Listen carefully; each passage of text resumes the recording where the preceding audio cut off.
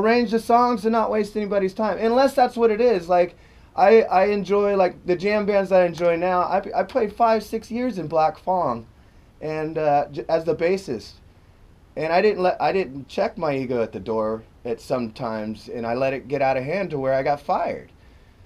Oh, I was mad. I mean, I helped create some of this music, but they still play the songs, and I love the guys. It's great, and I'm glad I'm not in it anymore, and I'm glad that I was able to be there and playing. And they jam. Those guys jam, but they write songs. So if you take a live situation and go play music, you got to jam and get people up and dancing. And you can take your arrangements and stretch out the solo and show your skills and what you've really been working on. And then you take it to the studio and you zip that shit out of the frickin' arrangement and you give someone a piece. Here's a song. Yeah. And I think that's what it is. And that's why I like to be in here working on recording music and getting it to where, well, if this is going to be how it is, I mean, I don't have a tape machine here. I have 2 tape machines. I wish you could see these machines. To bring, like, you know, your digital into the analog realm to give it some, you know, that old love.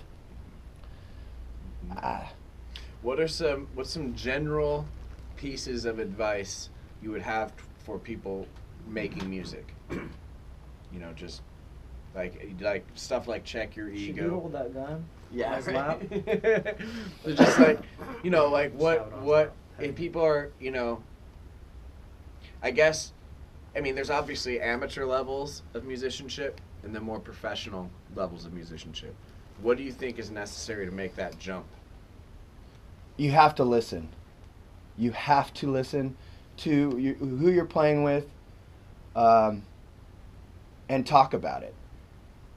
You know, the listening means if we're all playing together,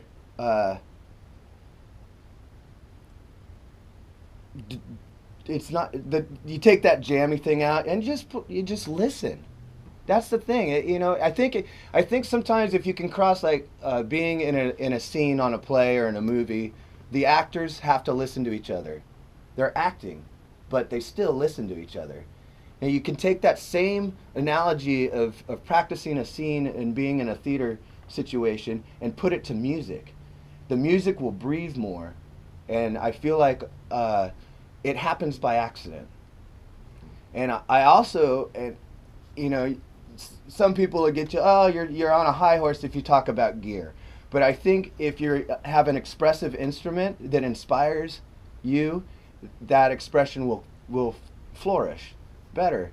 And that's why you'll see a lot of older musicians or wise, whatever, you know, using tube equipment and good stuff, because you can really feel the difference.